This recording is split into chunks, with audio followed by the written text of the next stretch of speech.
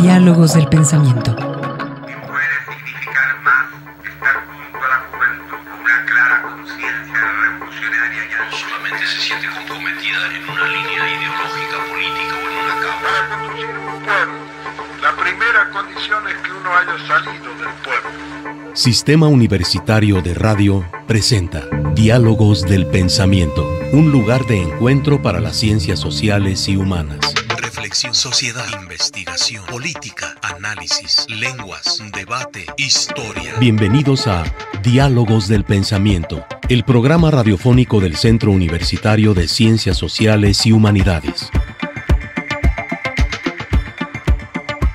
Hola, muy buenas tardes. Estamos acá listos para arrancar esta tarde de sábado, muy felices porque tenemos triada nueva. Eso significa temática nueva. El día de hoy abrimos una serie de 3 programas sobre escritores de centenario. Entonces, el día de hoy nos enfocaremos a hablar de Arreola. Esperamos que nos acompañen a lo largo de esta hora. Y bueno, antes de entrar en materia, pues como siempre agradezco y presento a todo el equipo que está detrás de esta emisión. En la coordinación al doctor Gabino Cárdenas, en la producción, la colaboración de Fabián Robles, Luz Cuellar y Perla López, y en los controles a Carlos Guzmán, exacto, sabía. Bueno, Carlos Guzmán, gracias por apoyarnos por acá en controles. Les recordamos que además de sintonizarnos por Radio UDG, pues pueden vernos en vivo y a todo color por la página de radio, por sintonizarnos además en radio, en el 104.3 de FM, pues sintonícenos en la página de Radio UDG, radio.udg.mx, o búsquenos en Facebook, ahí les insertaremos el streaming. Y pues empezamos con esto. Mi nombre es Almendra Orozco y aquí a mi lado Gabino Cárdenas. ¿Cómo estás, Gabino? Muy bien, afortunadamente, Almendra, con este gusto de iniciar la triada sobre escritores de centenario. Ya mencionabas Juan José Arreola para hoy, Alicho Macero y Pita Amor en las próximas 2 emisiones, así que de verdad muy contentos para recuperar este legado de estos grandes de la literatura. Sí, esperemos que todos nos acompañen a lo largo de estas 3 emisiones para conocer un poco más de estos autores. Y pues les presento a quien nos acompaña a discutir tan interesante tema. En primer lugar, a Jorge Martín Gómez Bocanegra. Él es doctor en Filología Hispánica por la Universidad de Córdoba en España y profesor docente en el Departamento de Estudios Literarios. Gracias por acompañarnos. Gracias a ustedes por invitarme. Y también recibimos al doctor Juan Manuel Sánchez Ocampo. Él es doctor en literatura por la Universidad de Guadalajara, docente en el Departamento de Letras y co-subdirector de la revista Sincronía, que editan tanto el Departamento de Letras como el Departamento de Filosofía de nuestra universidad. Bienvenido, Juan Manuel. Pues muchísimas gracias por la invitación. Pues arranquemos este viaje hacia la literatura de Arreola con esta primer producción. Carlos, vamos allá. Ideograma.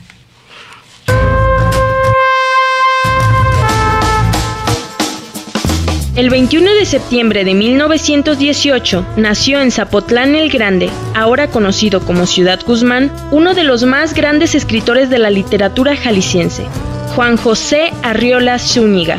Heredero de una cultura universal, su pluma se colocó entre la ironía, la fantasía, el absurdo y la realidad para crear mundos diferentes al suyo, y sin embargo tan iguales. Sin olvidar las canciones, los dichos populares, la vida y voz de la gente de campo. Quien lo conoció lo describe como enjuto, nervioso, extrovertido y locuaz, un juglar burlesco y malicioso en toda regla, cuya mayor pasión fue la palabra.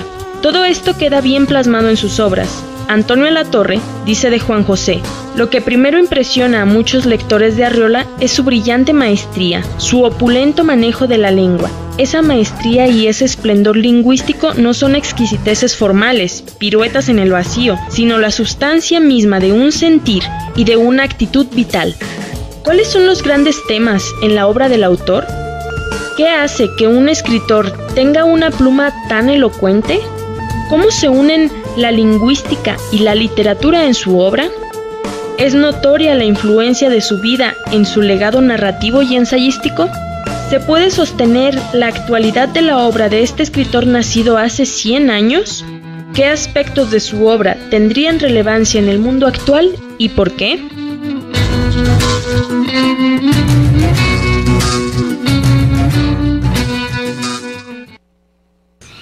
Bien, pues para dar inicio a este sabor de letras, platíquenos quién es Juan José Arreola, cómo se formó, cómo se desarrolló en un contexto de tan pocas oportunidades como las vivió él.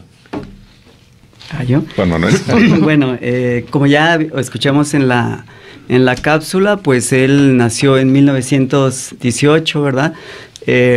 Asistió a una escuela, estudió la primaria, pero pues no la concluyó por situaciones que vivía nuestro país. Curiosamente, a pesar de no haber terminado la primaria, unos años después daba clases en la primaria, siendo muy joven, ahí mismo en Zapotlán. Y años después fue profesor de posgrados, ¿no? Incluso, ¿no? Entonces ponía en entredicho la educación pública, decía por ahí un secretario de educación pública, ¿no? Porque sin haber estudiado formalmente, pues fue una persona que por su avidez de conocimiento logró un dominio de una diversidad de temas, claro, apoyado por una supermemoria, ¿no? Y aquí creo que no exagero con ese prefijo, ¿no? Sí, o sea, y me quedo con la última palabra que ha presentado el doctor Juan Manuel Sánchez. Efectivamente, podríamos decir que en Juan José Arreola su memoria es privilegiada, es verdaderamente todo un prodigio en la memoria, tanto así que, por ejemplo, se cuenta, y mejor dicho, lo cuenta el doctor Preciado Zacarías en el prólogo que elaboró para ese libro maravilloso que es Inventario, donde dice que a la edad ya de 8 años Juan José Arreola aprendía historias completas de memoria.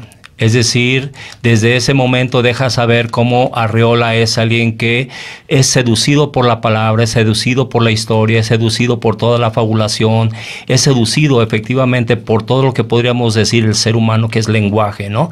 Pero es una memoria, sin lugar a dudas, repito, prodigiosa. En Juan José Arreola lo que más hay que destacar es su memoria.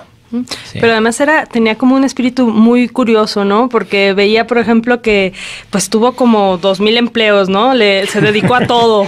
Entonces, pues de panadero, ¿no? Tepachero. Sí. Entonces, eso también, ¿cómo habrá influido en dotarle de universos, de personalidades diferentes para su narrativa, por ejemplo, ¿no? De todo eso que dices, Almendra. Sí. Podríamos decir que todo eso está perfectamente asimilado en la feria. La novela de Juan José Arreola, ahí es donde podemos ver todo lo que podríamos decir, esa curiosidad que hubo en Juan José Arreola, esa sensibilidad para toda la parte social inmediata a él, ahí lo podemos ver sin lugar a dudas en la feria. En cambio, en sus cuentos, en toda su cuentística, por el contrario, estamos hablando de esa memoria que tiene que ver con todo ese mundo clásico y particularmente latino, como que en él el mundo latino, digamos clásico, es sumamente importante, ¿no? Entonces, por una parte tenemos lo inmediato a él, su experiencia de vida en términos de esa multiplicidad de oficios que tuvo que realizar para poder vivir, que lo vemos claramente asimilado en la feria, y por otro lado tenemos otra vez la parte que es el del lector, el del voraz lector, que recupera toda una memoria clásica del mundo latino particularmente, ¿no?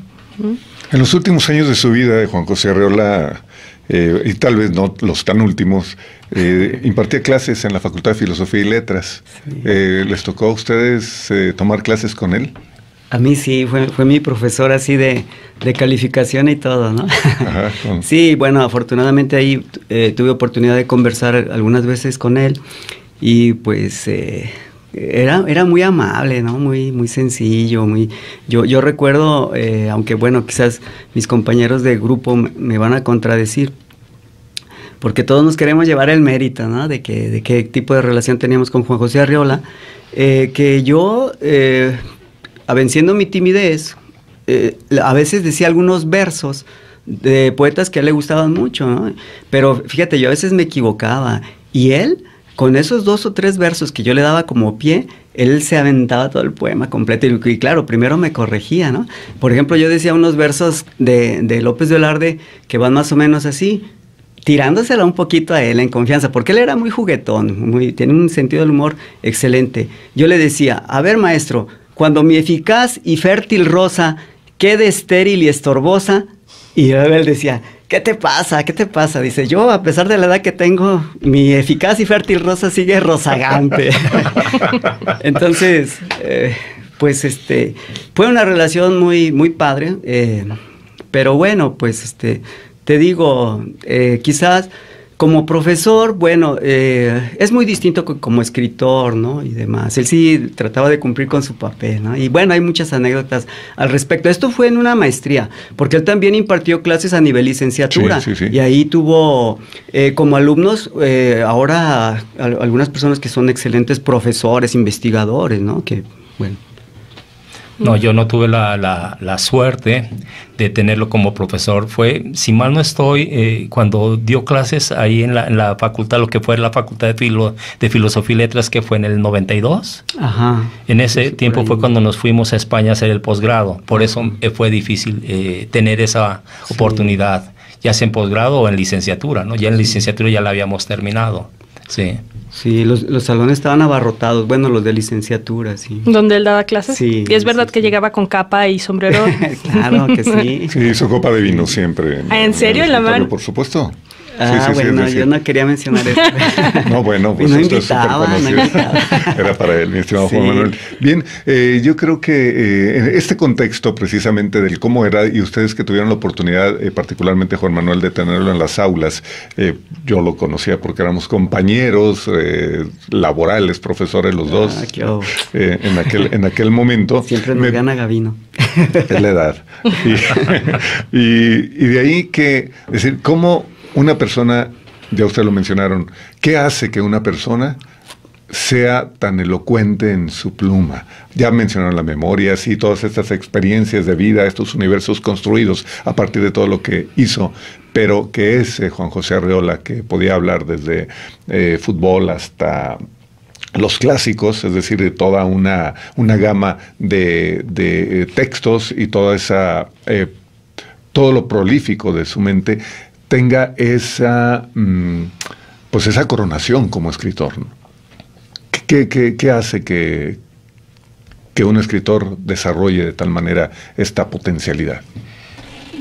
¿Podría yo de mi parte lanzar una hipótesis con lo que hace unos minutos hablaba de la memoria prodigiosa de Juan José Arreola, colocándola particularmente precisamente en las historias, en lo que leía o en lo que le leyeron, ¿no?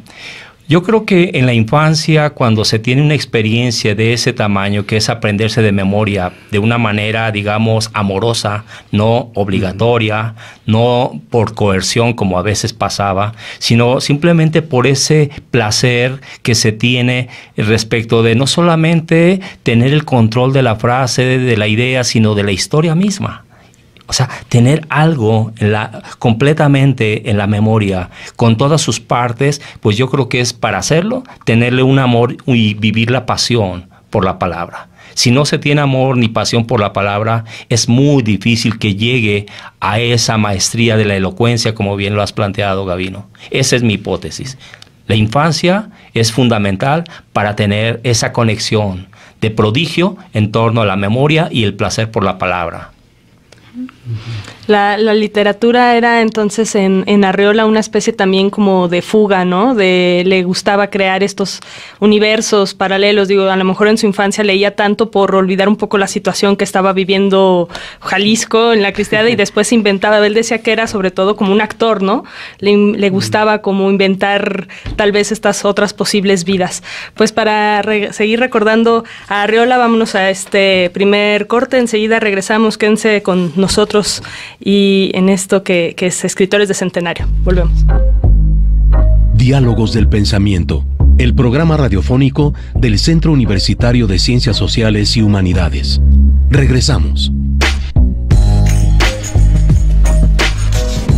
Pues estamos de regreso. Les recordamos que el día de hoy nos acompañan Jorge Martín Gómez Bocanegra y Juan Manuel Sánchez Ocampo. Y el tema de discusión, quien está a la mesa, es Juan José Arreola. Entonces, pues me gustaría empezar por preguntarles, ¿qué era Arreola? ¿Era poeta? ¿Era prosista? ¿Cómo podemos entender estas múltiples personalidades que se reflejaron en la variedad de lo que escribía? Y pues que nos empiecen a platicar, a leer algo de Arreola para ejemplificárnoslo.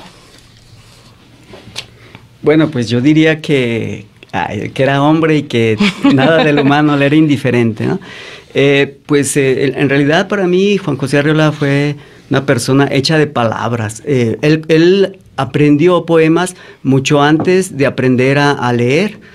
Él cuenta que estaba ahí escuchando a sus hermanitos que, como en aquella época tradicional de la enseñanza, les dejaban memorizarse poemas. Entonces él escuchaba a los niños, ¿verdad? Y que decían una y otra vez, leyendo, claro, ciertos poemas, y los niños no se los aprendían. Y él nada más de escucharlos los decía, ¿no? Así aprendió La Suave Patria. Él aprendió La Suave Patria y en una ocasión, en un homenaje a López Velarde, le pidieron que la recitara. Y su papá decía, ándale, hijo, ¿verdad? Vamos a lucirnos aquí, la familia Arriola aquí. Y luego él le decía, oye, papá, pero pues yo no le entiendo ese poema. Entonces su papá le contestó algo que a mí me parece muy simpático y que es una gran realidad. Dice, no te apures, ni yo le entiendo. Es más, yo creo que ni López Velarde le entendía. Y él después, cuando escribe un libro sobre López Velarde, relata esa anécdota, pero ahora sí, con toda su experiencia, nos da una explicación de ciertos pasajes complejos de La Suave Patria, ¿no? Poema que se sabía de memoria Borges. Borges, cuando conoció a Arriola, también le pedía que le explicara algunos pasajes, ¿no? Algunas cuestiones que eran tal vez muy mexicanas, ¿no? Y bueno, Borges y Bioy Casares admiraron mucho ese poema. Y bueno, no sé. Pero su amor por la poesía, ¿también escribió poesía Arriola? Sí escribió poesía, pero la verdad, y aquí que me disculpen Cristina Preciado, creo que no era muy bueno, ¿verdad? Pero él, fíjate, todo en él era poesía. Yo recuerdo también una anécdota que cuenta que en una ocasión estaba en un quirófano porque él era muy, se enfermaba mucho, ¿verdad? Pero bueno, en una ocasión sí llegó allí, lo iban a operar y demás. Entonces el doctor le dijo, oiga, pues mire, ya aquí va la anestesia y demás, vaya contando en sentido inverso del 20 al 0, claro, ¿verdad? Entonces él dice, no, ¿cómo voy a contar eso? Dice, mejor le recito un poema. Estando ahí, ¿verdad? Ante la inminencia de la operación del carnívoro cuchillo, que es el bisturí, ¿verdad? Del médico, pues él de todos modos seguía pensando en la poesía. Incluso cuando rezaba, él no rezaba como se reza tradicionalmente, pues, no sé, las oraciones que nos enseñaron a algunos de niños, sino que él decía poemas, especialmente de Pellicer, ¿no? Entonces todo en él era poesía, ¿no? Sí. Sí, como se ha dicho de él, era un polígrafo. O sea, escribió teatro, también escribió 3 obras de teatro. Y también, como dice el doctor Preciado Zacarías, que antes de escritor fue actor, porque él fue parte de la llamada, ¿cómo le llaman? Comedia francesa, ¿no? Entonces, él principalmente o inicialmente se podría decir hace de la palabra una actuación. Y desde luego en la actuación con la palabra, pues el poema, si nos vamos a su historia, el poema es oral. O sea, la poesía es absolutamente oral. Es decir, poesía es decir de manera oral antes que escrita, ¿no? Uh-huh. Entonces, yo creo que por ese lado, Juan José Arriola quizás no escribió una gran poesía. Quizás lo que hizo fue decir una gran poesía. Su vida fue un gran poema, podríamos decir. Para mí, Juan José Arriola es el gran poema que él mismo se dijo de sí mismo ante todos los ojos y todos los oídos que tuvieron la oportunidad de tenerlo de manera cercana. Sí. Perdón, es que me viene la idea precisamente de poesía, ¿no? De poiesis, de creación. Absolutamente. Y entonces toda su obra es creativa. Y en ese sentido toda su obra es poética, guardadas las proporciones dentro de la literatura. Pero ¿cuáles son los grandes temas que aborda la obra de Arriola? Bueno, yo puedo decir que desde mi perspectiva, Arriola fue muy sensible a la parte social. O sea, a él le importaba mucho lo que podríamos decir la injusticia social. Y no solamente la parte de una injusticia social, sino también él de alguna manera fue lo suficientemente sensible como para irse dando cuenta de la decadencia que estaba viviéndose ya la sociedad, ¿no? Es decir, él ve a este ser humano que paulatinamente se ha venido, digamos, deshumanizando. Entonces está la parte social en clave justicia y está el ser humano como el ser absolutamente ya, digamos, en una parte de decadencia moral, es decir, de una especie de deshumanización e incluso de inhumanidad, ¿no? Tal vez eso también explica de pronto su mofa o su ironía o su sarcasmo a través de ciertos cuentos para poner en cuestión precisamente qué significa ya en nuestros días ser humano. Entonces, por una parte, para mí, el gran tema para mí en Juan José Arriola es lo social, en clave justicia, injusticia, humanización, deshumanización, ¿no? Por otro lado está, desde luego, y este es un tema que creo yo tiene múltiples perspectivas, que es el de la mujer. Es decir, puede ser la mujer desde una, digamos, perspectiva, llamémosle así, romántica, poética, filosófica, a la lejanía, de la ilusión, y otra es la mujer compañera, esposa, que también tiene otras características. Es decir, cuando la baja de lo celestial y lo coloca en lo terrenal, ahí de pronto, ahí a Juan José Arriola se le ha llegado a tildar como de misógino incluso. Pero yo creo que hay que tener cuidado. O sea, yo pienso que en la literatura hay que verle el lado también alegórico siempre. O sea, no es que la mujer que presenta ahí en el cuento es exactamente la mujer en la que cree que está dándose, ¿no? Sino que está avisando a otros ojos, a otras sensibilidades, si esa mujer es conveniente que se siga apreciando o por el contrario que cobre conciencia la mujer de lo que significa en un momento dado desde esa historia que nos está contando. Entonces la mujer con sus múltiples perspectivas, ¿no? Y por otro lado creo yo que también, bueno, pues sin duda está todo lo que podríamos llamar la historia. Yo creo que muchos de los cuentos de Juan José Arriola, para entenderlos hay que conocer de historia y arqueología, ¿no? Entonces está la parte histórica muy fuerte en la composición literaria. Yo estoy pensando sobre todo en sus cuentos, confabulario, ¿no? Sí, claro. Sí, ¿por qué no nos lees algo de Juan José Arriola? Es un gran lector, Jorge. Por ahí ¿De confabulario o de...? Bueno, a mí me gustaría, yo tenía previsto presentarles aquí lo que yo considero es fundamental para explicar en gran medida lo que es el trabajo literario de Juan José Arriola, que es un texto que aparece precisamente en el inventario que preparó y cito lo siguiente: ya he dicho más de una vez que el Fondo de Cultura Económica fue mi universidad. Cursé la carrera de corrector de pruebas y cuidé la edición del Romanticismo Social de Roger Picard. Ahora lo estoy releyendo y vuelven a dejarme perplejo los mecanismos secretos de la memoria. Más que secretos, me gustaría llamarlos arbitrarios y frecuentemente traidores. Esto es, he llegado a repetir textualmente frases escritas o citadas por Picard y cedo a la tentación de copiar un pasaje saint-simoniano que me tiene alarmado. Tanto que de ahora en adelante diré, esto que digo o escribo no es mío, nada es mío, aunque en cierto modo me pertenece. Y como no soy un plagiario alevoso o premeditado, diré, adopto y adapto sin darme cuenta las criaturas ajenas. Otro día contaré lo que me sucedió con una frase de Borges frente al mismo Borges. Saint-Simon le daba a la mujer el lugar más importante en la existencia social. En la sociedad pacífica con que él soñaba y que había de sustituir a las civilizaciones militares, era tan necesario suprimir la explotación de la mujer por el hombre como poner fin a la de los obreros por los patrones o a la de los pueblos por los conquistadores.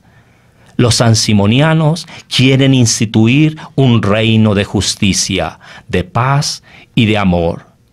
¿Y quién, a través de los tiempos bárbaros, tintos en sangre y bañados de lágrimas, ha conquistado para el hombre la paz y el amor, sino la mujer? Bien, pues una descripción, bueno, más que descripción, es una narrativa precisa, ¿no? Totalmente. Desde como dice, nada lo creo, pero finalmente algo me pertenece, ¿no? de lo que cada quien va escribiendo, la co-creación, digamos. Sí, es que yo pienso, por ejemplo, en esto que está señalando Juan José Arreola, de pronto de aceptar como algo que pudo haber dicho o escrito y que pareciera que era de su autoría, que en realidad acababa siendo de otro o de otros, no es más que precisamente lo que podríamos llamar todo lo que es la constitución misma de la historia de las artes. Pasó igual como, por ejemplo, con Stravinsky. Con Stravinsky precisamente oímos la obra de Stravinsky y reconocemos perfectamente en muchas de sus composiciones una serie de fraseos propios de otros compositores. Y entonces a él le reclamaban eso, que eso era plagio. Y él dice, no, un momento. Una cosa es respetar a los autores y otra cosa es amarlos. Yo amo a los compositores y por lo tanto me sumo a ese amor. Excelente, pues con esto nos vamos a ir a nuestro siguiente corte. Les recordamos nuestros teléfonos que están abiertos para que se comuniquen y se apunten por nuestro paquete de libros sobre ciencias sociales. Los esperamos en el 31 34 22 22, extensiones de la 12-801 a la 12-803. También pueden apuntarse vía Facebook, búsquenos como Diálogos del Pensamiento y enseguida retomamos este tema. Quédense con nosotros. Detrás de la puerta habitan los diálogos del pensamiento. Regresamos.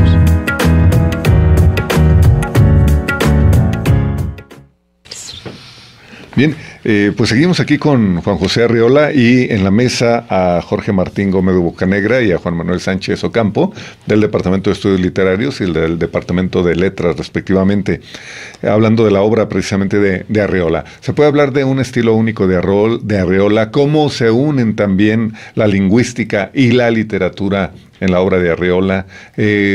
¿Cuál ha sido también la producción literaria del autor? Bueno, de hecho podríamos decir, en esa relación lingüística, podríamos decir que Arreola fue, desde mi lectura muy particular, fue un autor con una sensibilidad filológica impresionante. Es decir, Arreola, quizás por lo mismo de que fue un escritor de solapas de muchos autores clásicos, fue muy sensible precisamente a toda una historia de la palabra y del texto, ¿no? De tal manera que puedo decir que en el trabajo literario de Arreola se ve claramente cómo las palabras no son palabras dichas porque en el momento se me vinieron a la cabeza, sino que hay detrás una conciencia lingüística muy fuerte.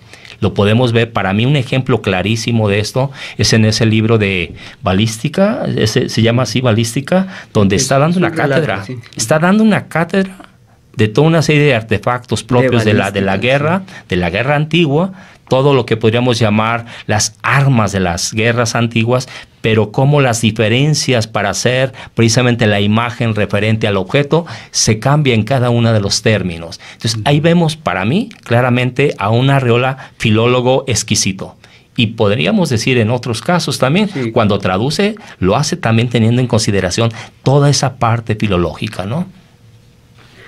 Pues sí, en realidad era una persona que respetaba mucho sus textos, entonces hacía investigaciones profundas y luego ya le ponía su matiz, ¿no? Por ejemplo, de Balística, yo lo leo luego ya de toda esa información que es muy minuciosa, como una ironía a la investigación que hacen pues en algunas universidades, ¿no? Porque realmente la persona que habla en ese texto está siendo muy irónico con alguien que pues es un estudiante becado por el CONACYT, no se crean, que vaya a hacerle una entrevista y trata de sacarle todo el provecho posible, ¿no? Pero obviamente que esa ironía está envuelta en una serie de informaciones que, como dice Jorge, pues son muy minuciosas y claro, su apego a la filología, ¿no? Un gran conocedor de las etimologías y demás.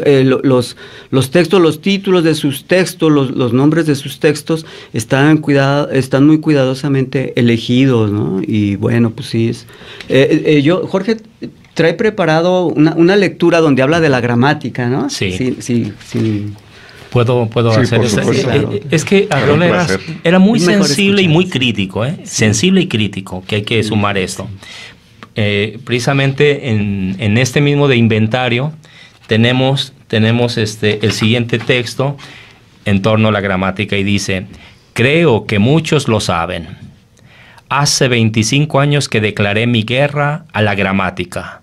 Bueno, digamos, a la enseñanza de la gramática, porque no sirve para nada. Cuando mucho, para crear profesores que a su vez engendrarán nuevos profesores de gramática y que seguirán atormentando con su enseñanza a las criaturas indefensas. ¿Ustedes saben lo que es un pluscuamperfecto? Personalmente lo ignoro porque nunca lo supe ni me hace falta saberlo todavía. Y a lo mejor yo he usado, al hablar o el escribir, algún pluscuamperfecto sin darme cuenta. Perdóname, pluscuamperfecto, me serví de tu función verbal sin saber cómo te llamabas.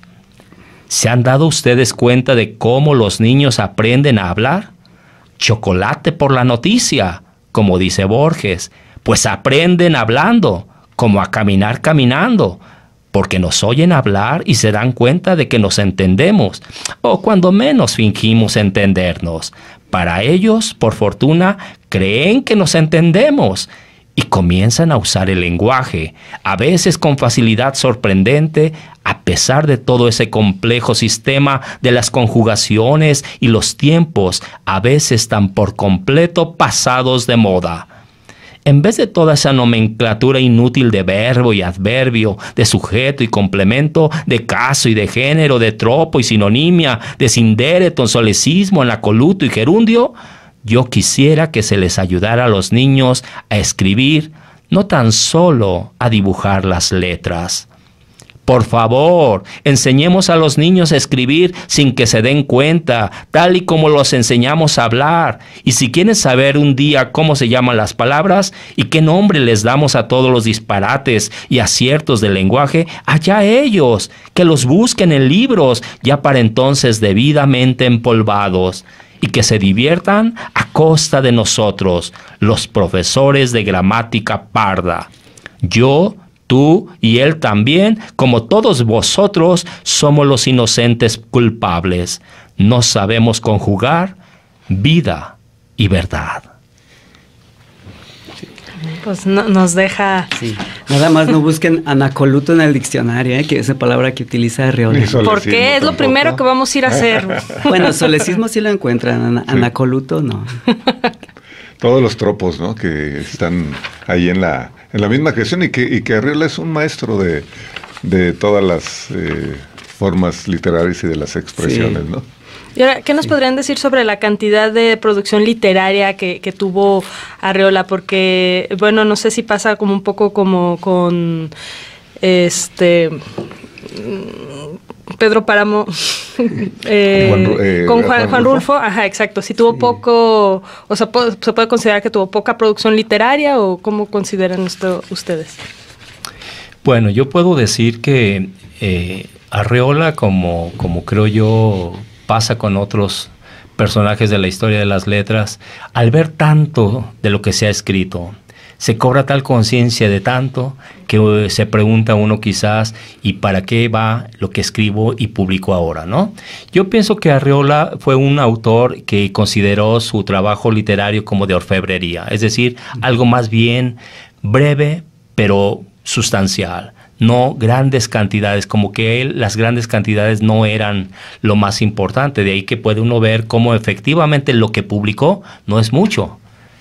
Y de hecho, una novela como La Feria, que es la única novela que publicó, pues también podemos decir que tampoco es una novela con un volumen de historias o de extensión de palabras y de páginas abundante. Entonces yo pienso que Arreola fue muy sensible y crítico respecto a lo que implicaba publicar en grandes cantidades. ¿Para qué llenar lo que ya está de por sí desbordado?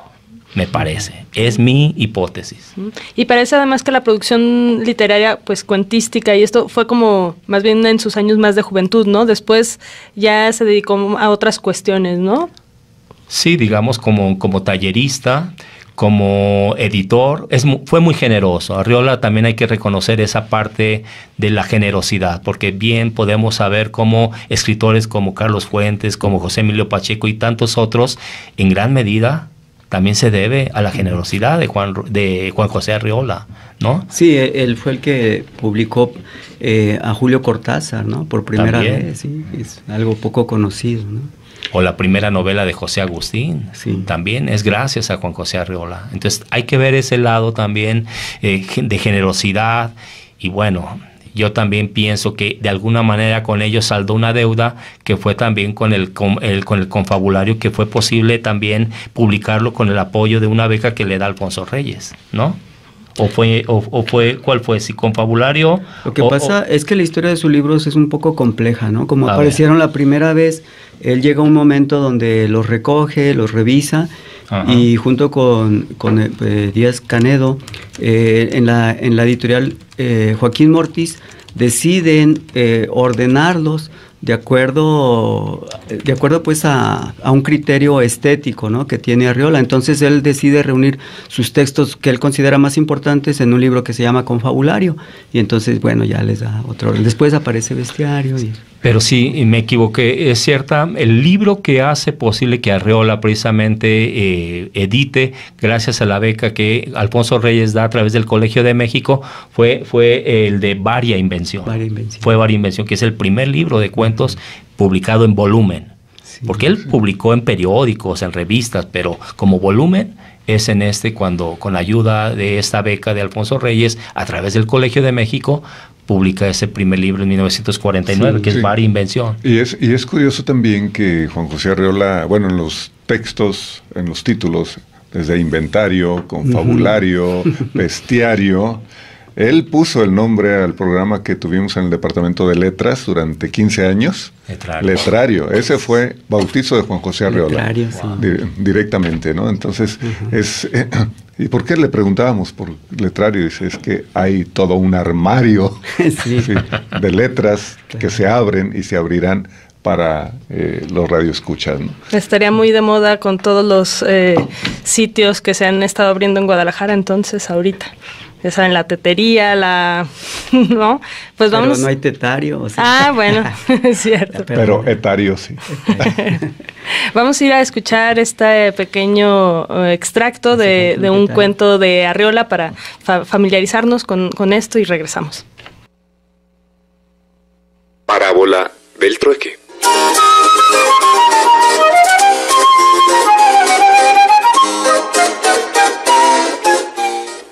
Al grito de "Cambio esposas viejas por nuevas", el mercader recorrió las calles del pueblo arrastrando su convoy de pintados carromatos. Las transacciones fueron muy rápidas a base de unos precios inexorablemente fijos. Los interesados recibieron pruebas de calidad y certificados de garantía, pero nadie pudo escoger. Las mujeres, según el comerciante, eran de 24 quilates, todas rubias y todas circasianas, y más que rubias, doradas como candeleros. Al ver la adquisición de su vecino, los hombres corrían desaforados en pos del traficante. Muchos quedaron arruinados. Solo un recién casado pudo hacer cambio a la par. Su esposa estaba flamante y no desmerecía ante ninguna de las extranjeras, pero no era tan rubia como ellas. Yo me quedé temblando detrás de la ventana al paso de un carro suntuoso. Recostada entre almohadones y cortinas, una mujer que parecía un leopardo me miró deslumbrante, como desde un bloque de topacio. Presa de aquel contagioso frenesí, estuve a punto de estrellarme contra los vidrios. Avergonzado me aparté de la ventana y volví el rostro para mirar a mi Sofía. Al final de la calle, el mercader lanzó por último la turbadora proclama: "Cambio esposas viejas por nuevas". Pero yo me quedé con los pies clavados en el suelo, cerrando los oídos a la oportunidad definitiva.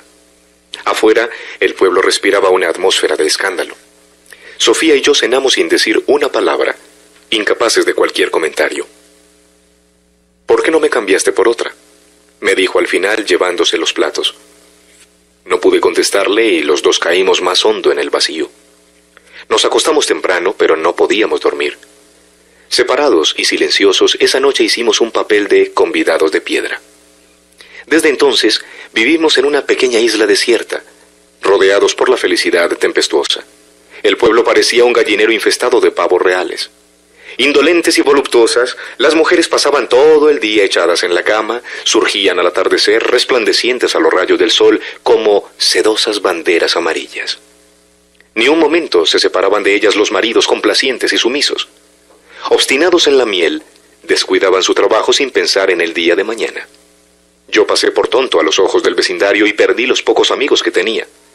Todos pensaron que quise darles una lección poniendo el ejemplo absurdo de la fidelidad. Me señalaban con el dedo, riéndose, lanzándome pullas desde sus opulentas trincheras. Me pusieron sobrenombres obscenos y yo acabé por sentirme como una especie de eunuco en aquel Edén placentero. Diálogos del pensamiento. El espacio de las ciencias sociales y humanidades. Continuamos. Cocktail party. Me divertí como loca, dijo Mona Lisa con su voz de falsete, y ante ella se extasiaron reverentes los imbéciles, en coro de ranas boquiabiertas. Su risa dominaba los salones del palacio como el chorro solista de una fuente insensata. Esa noche en que las aguas de amargura penetraron hasta mis huesos. Me divertí como loca. Yo asistí a la reunión en calidad de representante del espíritu y recibí a cada paso los parabienes, los apretones de mano, los canapés de caviar y los cigarrillos previa exhibición de mis credenciales. En realidad, había ido solamente por ver a Mona Lisa. ¿Qué pinta usted por ahora?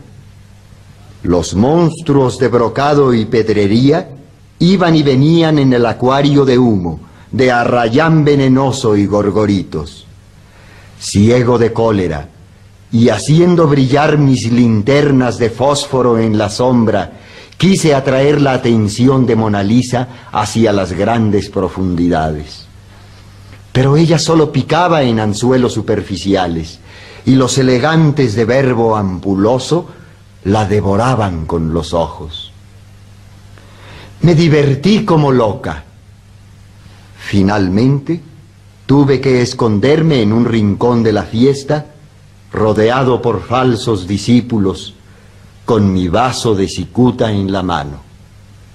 Una señora de edad se acercó para decirme que quería tener en su casa algo mío, un pastel de sorpresa para su próximo banquete, una tina de baño con llave mezcladora para el agua caliente, o unas estatuas de nieve, como esas tan lindas que Miguel Ángel modela los inviernos en el Palacio Medici. En mi calidad de representante del espíritu, rechacé cortésmente todas las insinuaciones de la señora, pero la asistí en su parto de difíciles ideas. Me quedé un rato más, hasta apurar las heces de mi último highball, y tuve ocasión de despedirme de Mona Lisa. En el umbral de la puerta, con el rostro perdido en su abrigo de pieles, me confesó sinceramente, así, entre nos, que se había divertido como loca. Pues estamos de regreso. Lo que escuchamos antes de salir del corte, esta parábola del trueque, no está completa, entonces si quieren saber cómo termina este intercambio de esposas, pues métanse a internet y búsquenlo porque no se lo pueden perder. Y bueno, escuchamos entonces estos extractos, este último, en voz de Juan José Arreola. Entonces, con estas lecturas que nos acercan un poco a conocer esta narrativa, pues preguntarles a nuestros invitados Juan Manuel Sánchez y Jorge Martín Gómez Bocanegra, ¿cuál es la actualidad de esta obra de Arreola, pues en este punto, ¿no? En este momento? Bueno, si es el caso de la parábola del trueque, podemos ver cómo, con base en un tipo social que ha venido ya desapareciendo, como es el ropavejero, ¿no? Es decir, todavía hay ciertos barrios en los cuales se sigue pregonando esto de vender o de intercambiar el trueque. Pero cómo Juan José Arreola, con base en esa acción, en esa tradición, forma de vender o de intercambiar, lo hace precisamente teniendo como el gran objeto a la mujer, ¿no? Es decir, cómo hay la cosificación de la mujer, pero una cosificación que hay que, como lo decía yo en algún momento, que hay que verlo desde múltiples perspectivas. O sea, Juan José Arriola siempre el sarcasmo, la ironía es lo que está ahí de fondo. Y en la parábola del trueque, por una parte está ese sarcasmo, es decir, hasta dónde podría haber la posibilidad de vivir una situación, digamos, de amor con alguien a partir de lo que yo pueda intercambiar con. ¿Pero con quién? ¿Y qué es lo que se puede intercambiar realmente? ¿No? Entonces yo ahí lo colocaría en esa parte, la parábola del trueque, que para mí es un cuento maravilloso, magnífico, muy, muy propio de lo que podríamos decir la literatura mexicana. Ese es un texto absolutamente propio de la literatura mexicana. Se ancla perfectamente a todo lo que es una tradición del ser mexicano en este caso, lo que es el pregonero, el ropavejero, ¿no? Bueno, para mí el legado de Arriola es que nos vuelve conscientes de que somos herederos de un capital cultural que se nos llega a través de la palabra, ¿no? Él muestra pues su don de palabra y que, como dice Jorge, fue muy generoso con ella, pero también le tuvo un gran respeto, ¿no? Por eso es que muy temprano decidió dejar de escribir libros que eran propiamente pues literarios, ¿no? Que escribió otro tipo de textos, y en ese sentido también pues al hacernos herederos de toda una tradición que no se detiene en nada, ¿no? Todo lo humano, toda la cultura es para traerla, apropiársela y a través de ella tratar de subsanar las dislocaciones que sufre el hombre, ¿no? Obviamente que esa visión la tenemos a partir de Juan José Arriola como hombre, ¿no? Por supuesto que también hay mujeres que han tocado ese punto. Un ejemplo de esto, de que nada puede ser ajeno, es cuando en pequeñas gotas nos dice él frases como estas, ¿no? Hay un pájaro que vuela en busca de su jaula, ¿no? Y luego esa frase se la adjudica a Franz Kafka, y uno va y la busca en Franz Kafka y no la encuentra, ¿no? O sea, Arriola dice, es que esto es mío, ¿no? Y aunque yo se lo adjudique a otro, sigue siendo mío, y somos poseedores de todo eso, y a través de ello, pues, todo lo que somos va a aparecer en el texto, ¿no? Arriola es un clásico de la literatura universal, todavía no, lo será. Pues, yo creo que para el lector cuidadoso sí lo es. Perdone. Sí, si consideramos lo clásico como esa fuente donde no se agota y sigue dando mucho de qué hablar o de qué aprender, en Arriola va a estar ya lo clásico, ya está perfectamente lo clásico en él. Como decía yo hace un momento, en Arriola muchos de sus cuentos están perfectamente situados en una memoria histórica, particularmente el mundo latino antiguo. Entonces, para quien quiera saber qué es este mundo latino, pues ahí está confabulario en muchos de sus cuentos. Es clásico absolutamente porque finalmente recupera una memoria extraordinaria, como viene a ser precisamente la historia de la cultura occidental en clave latina. Para concluir, me gustaría preguntarles cuál es su cuento favorito de Arriola, porque por aquí nos compartieron algunos de nuestros radioescuchas. Por ejemplo, Fernando Castillo, él dice que uno de confabulario que se llama El prodigioso miligramo, el cual también es el favorito de Carlos Arturo Pulido Moreno, junto con De balística y El silencio de Dios. O Oscar Ramírez López Carrillo refiere que el suyo es Esa sangre. ¿El de ustedes? El silencio de Dios a mí es impactante, me impresiona muchísimo. Ahí yo pienso que estamos ante una Arriola realmente en la beta religiosa mística. Indudablemente El Rey Negro. Excelente. Sí. Gabino, ¿el tuyo? Ay, Dios. Ay, Dios. ¿Ese es uno? Ese es muy bueno. Y tiene los entrevistados son ellos. Está bien, entonces vamos a buscar estos cuentos que nos refieren para seguir conociendo a Arriola. También tengo que pensarlo. Pues muchas gracias por habernos acompañado, Jorge Martín y Juan Manuel Sánchez. Nos tenemos que despedir por el día de hoy. Nada más ayúdenme diciéndome un número del 1 al 13 a ver quién se lleva el paquete de libros. 11. Felicidades a Norma Galván. Te esperamos en nuestra oficina. Por favor, te dejamos toda la forma de encontrarnos en el Facebook. Por ahí búscanos. Y entonces te esperamos de lunes a viernes de 10 a 3 de la tarde. Por hoy nos despedimos. Vámonos a leer. Muy bien, y nos escucharemos de hoy en 8. Si la vida no decide otra cosa. Con Alichu Macero, ¿cierto? Con Alichu Macero. De acuerdo, hasta la próxima. Gracias. Gracias. reflexión, sociedad, investigación, política, análisis, lenguas, debate, historia. Gracias por acompañarnos en una emisión más de Diálogos del Pensamiento, un lugar de encuentro para las ciencias sociales y humanas. Hasta la próxima.